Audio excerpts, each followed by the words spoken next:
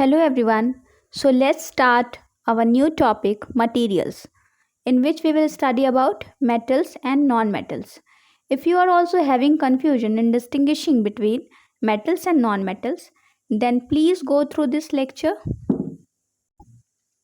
So now let's discuss our today's session plan.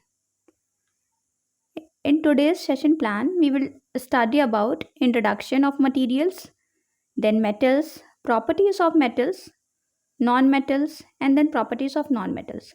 In properties, today we will discuss basically about physical properties, and in the next lecture we will discuss chemical properties of metals and non-metals. So let's discuss about introduction of materials. What is material? A material is a substance or mixture of substances that constitutes an object. It can be pure or impure, living or non living matter. Materials can be classified on the basis of their physical as well as chemical properties. Basically, materials can be divided into four major groups. What are they? Number one, metals and non-metals. Number two, polymers. Number three, ceramics. Number four, composites. So, in this chapter, we will mainly discuss about metals and non-metals. Afterwards, we will discuss about, in one chapter you are having, I think, synthetic fibers, in which synthetic fibers are also materials. So we will discuss there, and polymers, ceramics and composites you will learn in.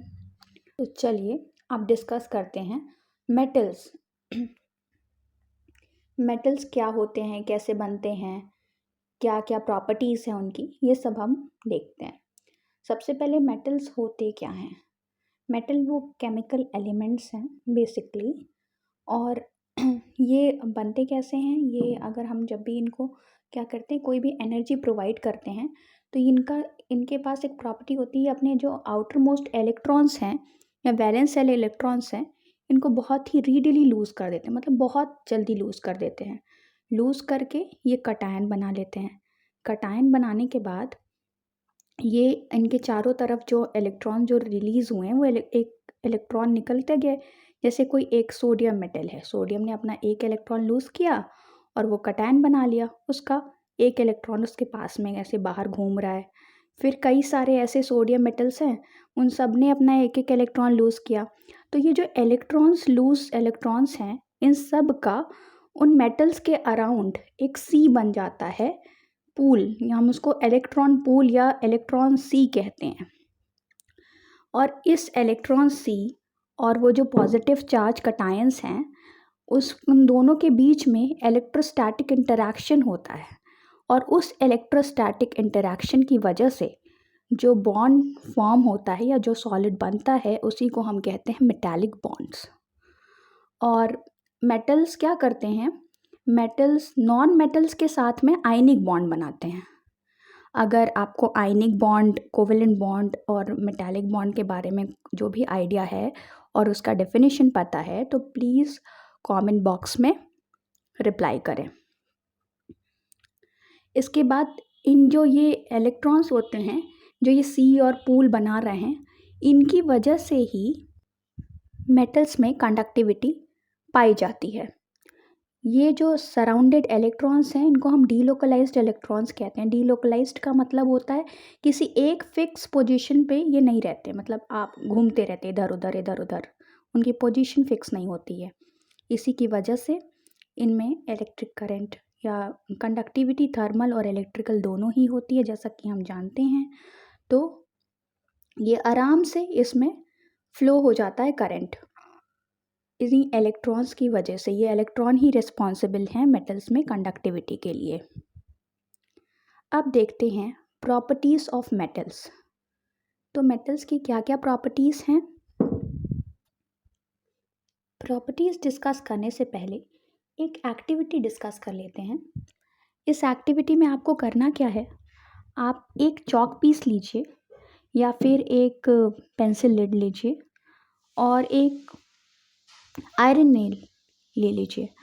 उस iron nail को अब hammer की help से उस iron nail को continuously beat करेंगे 5 minutes के लिए। सेम प्रोसीजर आपको वो पेंसिल लेड पे और चॉक पे भी अप्लाई करना है। इन तीनों पे जब आप अप्लाई करोगे तो ये देखते मिलेगा कि जो चॉक है या पेंसिल लेड है वो पीसेस में ब्रेक कर गई है, लेकिन जो आयरन नेल है वो क्या हुआ है, वो फ्लैटेंड हो गया है। क्यों हुआ है ये फ्लैटेंड? जस्ट बिकॉज कि आयरन के पास में प्रॉपर्टी है, जो कि आयरन एक मेटल है और उसके पास उसकी फिजिकल प्रॉपर्टी है जिसको हम बोलते हैं मेलेबिलिटी। मेलेबिलिटी में क्या होता है, metals can be hammered into sheets. अगर आप एक सर्टेन अमाउंट ऑफ स्ट्रेस क्या होता है, फोर्स होता है। आप एक सरफेस एरिया पे एक सर्टेन अमाउंट ऑफ फोर्स अगर अप्लाई करते हो उसको कहते हैं हम स्ट्रेस। तो उस स्ट्रेस को अगर आप दे रहे हो एक टाइम पीरियड में, तो वो क्या होता है, धीरे धीरे वो अपना शेप डिफॉर्म कर लेता है और शेप डिफॉर्म करके शीट्स में कन्वर्ट हो जाता है। ऐसा होता इसलिए है क्योंकि मेटल्स में मेटालिक बॉन्ड होता है। मेटालिक बॉन्ड को अगर आप कोई भी फोर्स अप्लाई करते हो उस पर या एनर्जी देते हो, तो वो जो बॉन्ड है वो ब्रेक नहीं होता है। बॉन्ड क्या होता है, वीक हो जाता है।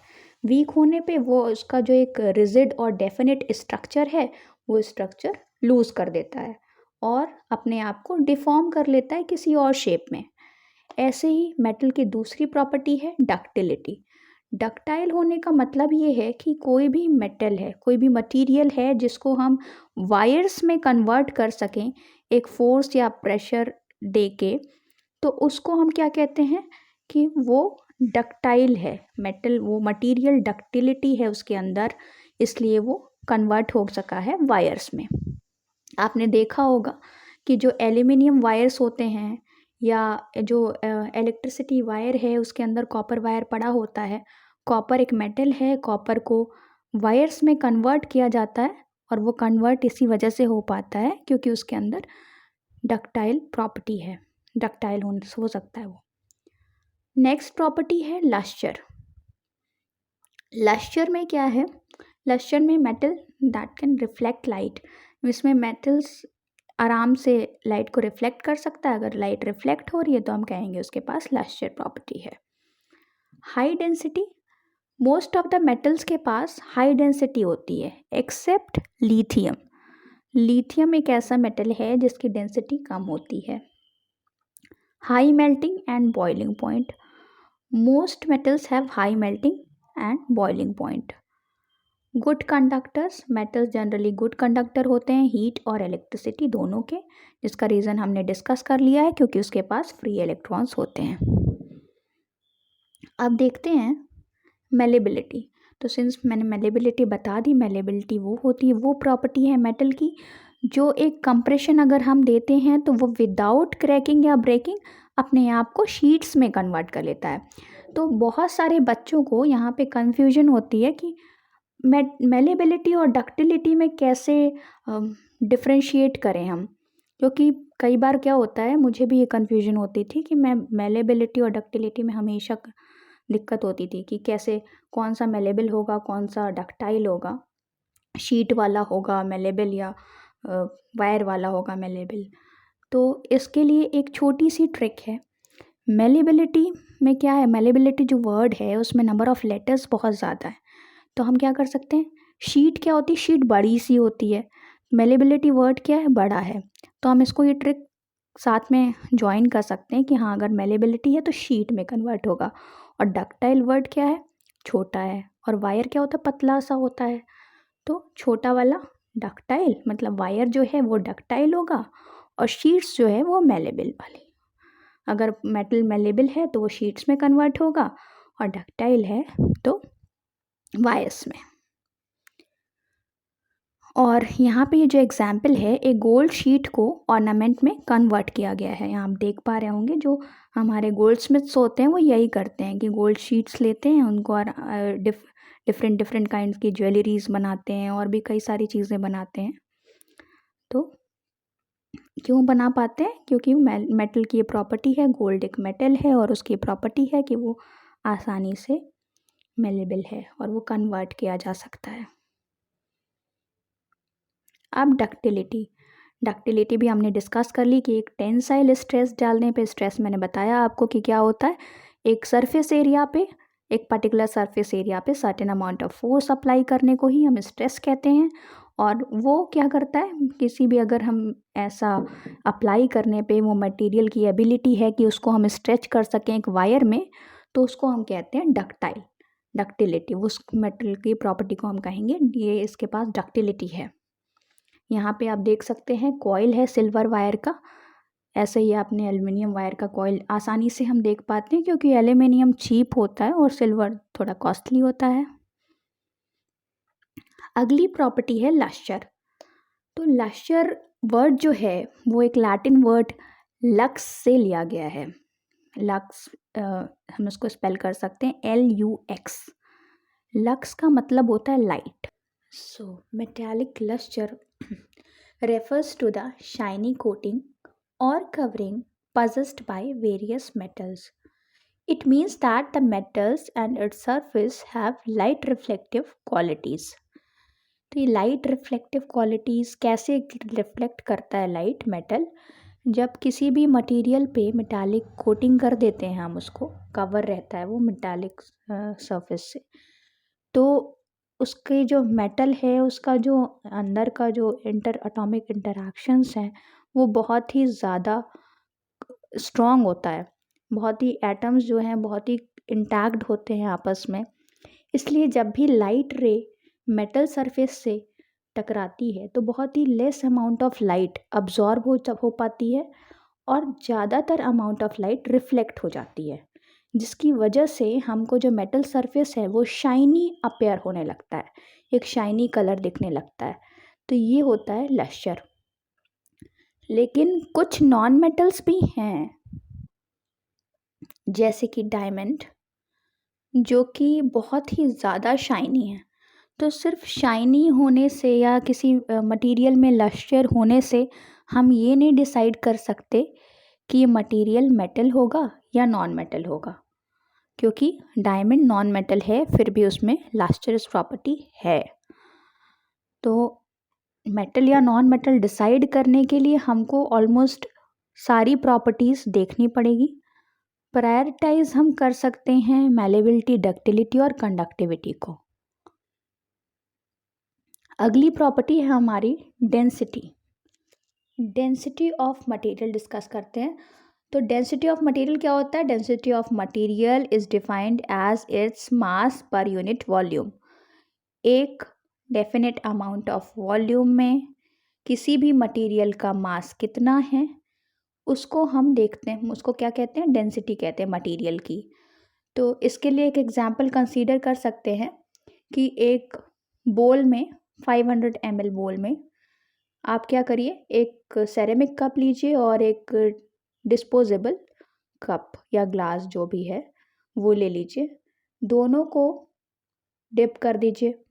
तो देखेंगे क्या आप कि जो थर्मोकोल या डिस्पोजेबल ग्लास है वो उसमें फ्लोट करना स्टार्ट कर देगा और जो सेरेमिक वाला है वो डूब जाएगा।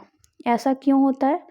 क्योंकि जो सेरेमिक कप है उसकी डेंसिटी ज़्यादा है, उसका वेट ज़्यादा है उस वॉल्यूम के लिए, लेकिन जो वो है थर्मोकोल ग्लास है वो क्या है, वो फ्लोट कर रहा है और उसका वेट वो बहुत ही लाइट वेटेड होता है, हम सभी जानते हैं। तो इस वजह से वो फ्लोट करने लगता है, उसकी डेंसिटी बहुत ही कम हो गई। जहाँ तक मुझे पता है आपने आर्किमिडीज प्रिंसिपल पढ़ रखा होगा, तो अगर आपने आर्किमिडीज प्रिंसिपल पढ़ रखा है तो प्लीज़ उसका डेफिनेशन कमेंट बॉक्स में लिखिए। डेंसिटी ऑफ मेटल, जो मेटल्स की डेंसिटी होती है बहुत ज़्यादा होती है, सिर्फ किसको छोड़ के? लिथियम को। लिथियम बहुत ही लो डेंस मेटल होता है और सबसे हाईएस्ट डेंसिटी किस मेटल की होती है? इरिडियम की। ये एग्जाम्पल्स दिए गए हुए हैं यहाँ पे। अब मेटल की नेक्स्ट प्रॉपर्टी है कंडक्टिविटी। कंडक्टिविटी क्या होती है? conductivity of metal is the ability or power to conduct or transmit heat, electricity or sound. तो कंडक्टिविटी ऑफ मेटल हम लोगों ने थोड़ा सा आगे वाली स्लाइड्स में डिस्कस किया था जब इंट्रोडक्शन कर रहे थे। तो मेटल की कंडक्टिविटी होती किसकी वजह से? फ्री इलेक्ट्रॉन की वजह से। जो वो सी इलेक्ट्रॉन पूल बना रखा होता है, जब भी हम उसको हीट या इलेक्ट्रिसिटी प्रोवाइड करते हैं तो वो इलेक्ट्रिसिटी है क्या? ये एनर्जी है। तो जब एनर्जी प्रोवाइड करते हैं तो वो एक्साइटेड हो जाते हैं, वो इलेक्ट्रॉन्स अपने आपस में क्या करते हैं? कोलाइड करने लगते हैं। और वो जो कोलिजन है, वो फोर्स ऑफ अट्रैक्शन रिपल्शन है जो भी है, उसकी वजह से वो इलेक्ट्रिसिटी को अपने थ्रू फ्लो होने का पाथवे दे देते हैं। इसलिए हम कहते हैं कि जो मेटल है वो एक गुड कंडक्टर ऑफ इलेक्ट्रिसिटी है। सिमिलरली हीट के केस में भी होता है, वो भी पाथवे दे देता है, तो उसके हीट के लिए भी, तो इसलिए हीट का भी गुड कंडक्टर बोल सकते हैं हम। आपने देखा होगा जो भी हम लोग पैन यूज़ करते हैं उस पर एक प्लास्टिक कोटिंग होती है। प्लास्टिक कोटिंग किस लिए होती है? ताकि हमारा हाथ में, वो पैन जो है वो मेटल का है, जब हम उसको हीट करेंगे, फ्लेम ऑन करेंगे, गैस पे रखेंगे, तो वो क्या होगा? धीरे धीरे हीट करता जाएगा और वो पूरा का पूरा गर्म हो जाएगा। तो जब हम उसमें प्लास्टिक कोटिंग नहीं रखेंगे तो हम अगर उसको टच करते हैं तो हमारा हाथ पूरा पूरा बर्न हो जाएगा। लेकिन अगर प्लास्टिक कोटिंग है, plastic bad conductor of heat है, तो इस वजह से वो हीट वहाँ तक नहीं फ्लो कर पाएगा और वो रेजिस्ट कर जाएगा वहाँ से, और हमारा हाथ सेफ रह जाता है। यही रीज़न है कि उसमें प्लास्टिक कोटिंग होती है। ऐसे ही अगर इलेक्ट्रिशियन आया हो आपके घर पे कभी, तो वो इसके पास एक स्क्रू ड्राइवर होता है, उस स्क्रू ड्राइवर में भी एक प्लास्टिक कोटिंग होती है। वो भी इसीलिए होती है कि जब वो इलेक्ट्रिसिटी का काम कुछ कर रहा है तो करंट जो है वो फ्लो होने लगती है। वो स्क्रू ड्राइवर तो मेटेलिक होता है, तो वो उसके थ्रू फ्लो होने लगती है। उसको शॉक, इलेक्ट्रिक शॉक ना लगे, इसकी वजह से उस स्क्रू ड्राइवर पे प्लास्टिक कोटिंग की जाती है। तो ये हो गया हमारा कंडक्टिविटी। और ये सिल्वर है जो सबसे हाईली कंडक्टिव मेटल होता है, और टाइटेनियम बहुत ही इस मिनिमम में बहुत कम कंडक्टिव होता है। सबसे ऐसा मेटल है जो बहुत ही लो कंडक्टिव है। तो नेक्स्ट प्रॉपर्टी है high melting and boiling point. तो जितने भी मेटल्स हैं, most metals have high melting and boiling point, because in metals there is a very strong intermolecular force of attraction and it needs a lot of energy to melt or to boil. तो जितने भी metals होते हैं सबके पास high melting point होता है और boiling point होता है। जितने मोस्ट ऑफ द मेटल्स हैं, सारे नहीं कह सकते, कुछ एक्सेप्शंस भी हैं। तो अब इस मेल्टिंग और बॉइलिंग पॉइंट का हम एग्जाम्पल कैसे कंसीडर कर सकते हैं? अगर हम मेल्टिंग पॉइंट की बात करें तो आप एक एग्जाम्पल ले लीजिए बटर और शुगर का। आप बटर को क्या करो, आप एक पैन में बटर डाल दो और एक पैन में 100 ग्राम ऑफ बटर और एक पैन में 100 ग्राम ऑफ शुगर डाल दीजिए। तो होगा क्या? उसको 5 मिनट्स के लिए हीट कर दीजिए। 5 मिनट्स में आप ये देखोगे कि जो बटर है वो तो कम्प्लीटली मेल्ट हो गया है, कुछ बटर शायद इवेपोरेट भी हो जाए मेल्ट होने के बाद, लेकिन जो शुगर है वो हार्डली थोड़ा बहुत ही मेल्ट हुआ होगा। ऐसा क्यों होता है? क्योंकि जो बटर है उसका melting point almost room temperature है या 38 डिग्री सेल्सियस है, थोड़ा सा ज़्यादा कह सकते हैं। और जो बॉयल इसका है, शुगर का है, शुगर का बॉयल मेल्टिंग पॉइंट क्या है? 186 डिग्री सेल्सियस। तो इतना ज़्यादा है। अब वो उस टेम्परेचर पे जब वो आएगा, जब तक नहीं आएगा तब तक क्या होगा? वो मेल्ट होना स्टार्ट नहीं हो सकता। सिमिलरली बॉइलिंग पॉइंट के केस में हम एग्जांपल ले सकते हैं ऑयल और सोयाबीन ऑयल का, अरे वाटर और सोयाबीन ऑयल का। तो वाटर को भी ऐसे ही रख दो बॉईल कर, एक पैन में वाटर ले लो, एक पैन में सोयाबीन ऑयल ले लो, दोनों को हीट करो। हीट करने पे क्या होगा?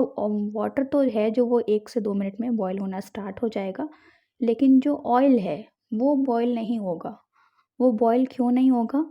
क्योंकि उसका जो टेम्परेचर, जो बॉइलिंग पॉइंट है जहाँ से वो बॉईल होना स्टार्ट होगा, वो है 300 डिग्री सेल्सियस, और जो वाटर का बॉइलिंग पॉइंट है वो 100 डिग्री सेल्सियस है। तो पहले कौन बॉईल करेगा? जिसका बॉइलिंग पॉइंट कम होगा, इसलिए वाटर इजीली बॉईल कर जाता है। तो सिमिलरली मेटल्स का भी बॉइलिंग पॉइंट बहुत ज़्यादा होता है, इसलिए हमको एक्स्ट्रा अमाउंट ऑफ एनर्जी और हीट या जो भी देना पड़ता है। लेकिन इसके नॉन मेटल्स के केस में ऐसा नहीं होता है, जो कि हम लोग आगे डिस्कस कर लेंगे। और इसका बॉइलिंग पॉइंट और मेल्टिंग पॉइंट मेटल का दोनों का ही बहुत ज़्यादा होता है। अब इसका जो एग्ज़ाम्पल है, बेस्ट एग्ज़ाम्पल मेटल का जिसका बॉइलिंग पॉइंट और मेल्टिंग पॉइंट दोनों ही बहुत ज़्यादा है, वो है टंगस्टन। ये है उसका फिगर। अब बात करते हैं नॉन मेटल्स की। तो नॉन मेटल्स क्या होते हैं? जो भी मटेरियल मीन्स एक केमिकल एलिमेंट जो कि मेटल नहीं है, उसको हम नॉन मेटल कंसिडर कर सकते हैं कि नॉन मेटल होगा। जैसे कि फॉर एग्जांपल कार्बन है, ऑक्सीजन है। नॉन मेटल जनरली सॉलिड्स होते हैं एंड गैसेस होते हैं, जो कि ना तो गुड कंडक्टर ऑफ हीट होते हैं, ना ही वो गुड कंडक्टर ऑफ इलेक्ट्रिसिटी होते हैं। ये chemical elements negative ion form करते हैं, इनके पास एसिडिक ऑक्साइड्स होता है, और ये जनरली पुअर कंडक्टर्स होते हैं, और इस वजह से हम इनको नॉन मेटल्स कहते हैं। प्रॉपर्टीज़ क्या होती है नॉन मेटल्स की? नॉन मेटल्स जैसे कि मेटल जो था उसका जो बेसिक फिजिकल नेचर था वो था हार्ड, मेटल्स हार्ड होते हैं, जबकि नॉन मेटल्स क्या होते हैं? बहुत ही सॉफ्ट होते हैं, डल होते हैं। जैसे कि फॉस्फोरस है, सल्फर है, ये बहुत जनरली सॉफ्ट होता है। नॉन लस्चरस, इनमें किसी भी तरह का कोई लस्चर नहीं होता, इसी वजह से ये डल होते हैं, ये क्योंकि रिफ्लेक्ट नहीं कर पाते लाइट को। लो मेल्टिंग पॉइंट और बॉइलिंग पॉइंट होता है, और ये बैड कंडक्टर्स होते हैं। बहुत सारे मेटल्स, कुछ मेटल्स भी हैं, मतलब हम सिर्फ ये नहीं बोल सकते कि अगर कोई सॉफ्ट है, जिसका नेचर सॉफ्ट है, तो वो नॉन मेटल ही होगा कोई मटेरियल। कुछ ऐसे भी मेटल्स हैं जो कि सॉफ्ट हैं, लाइक सोडियम है और पोटेशियम। ये इतने सॉफ्ट होते हैं कि ये नाइफ की हेल्प से हम इसको कट कर सकते हैं। और जो नॉन मेटल्स हैं, वो नॉन मेटल्स भी सॉफ्ट होते हैं। तो ये पोटेशियम और सोडियम इसमें एक्सेप्शन है। ये मेटल्स हैं लेकिन इनका नेचर सॉफ्ट होता है, जबकि ज़्यादातर नॉन मेटल्स का नेचर सॉफ्ट होता है। ये यहाँ पे एग्जाम्पल है फॉस्फोरस का, हम देख पा रहे हैं। दूसरे ये नॉन लस्चरस होते हैं, ये डल होते हैं क्योंकि लाइट रिफ्लेक्ट नहीं करते, जैसे कि आप ये वुडन शीट को देख रहे हैं। ये भी एक एग्जाम्पल है कि ये नॉन मेटल है। इनका मेल्टिंग पॉइंट और बॉइलिंग पॉइंट बहुत कम होता है। ये कैल्शियम का एग्जाम्पल है इसके लिए, इसका मेल्टिंग पॉइंट इतना कम होता है कि रूम टेम्परेचर पे मेल्ट हो जाता है। ये बैड कंडक्टर होते हैं इलेक्ट्रिसिटी और हीट के, एग्जाम्पल इसका है बोरॉन। तो आज के इस लेक्चर में हमने मेटल और नॉन मेटल दोनों की ही फिजिकल प्रॉपर्टीज़ डिस्कस कर ली। अब जब अगला लेक्चर हम देखेंगे तो उसमें हम मेटल और नॉन मेटल की केमिकल प्रॉपर्टीज़ डिस्कस करेंगे, और फिर लेक्चर को, इस चैप्टर को समराइज़ कर देंगे। तो जो भी अगर इस चैप्टर में आपको जो भी क्वेरीज फील हो रही है, वो आप कमेंट सेक्शन में बता सकते हो कि क्या क्या प्रॉब्लम है, या कुछ और नहीं समझ में आ रहा है, जो भी दिक्कत हो रही है वो आप बता सकते हो। तब तक के लिए stay safe, stay healthy, keep learning.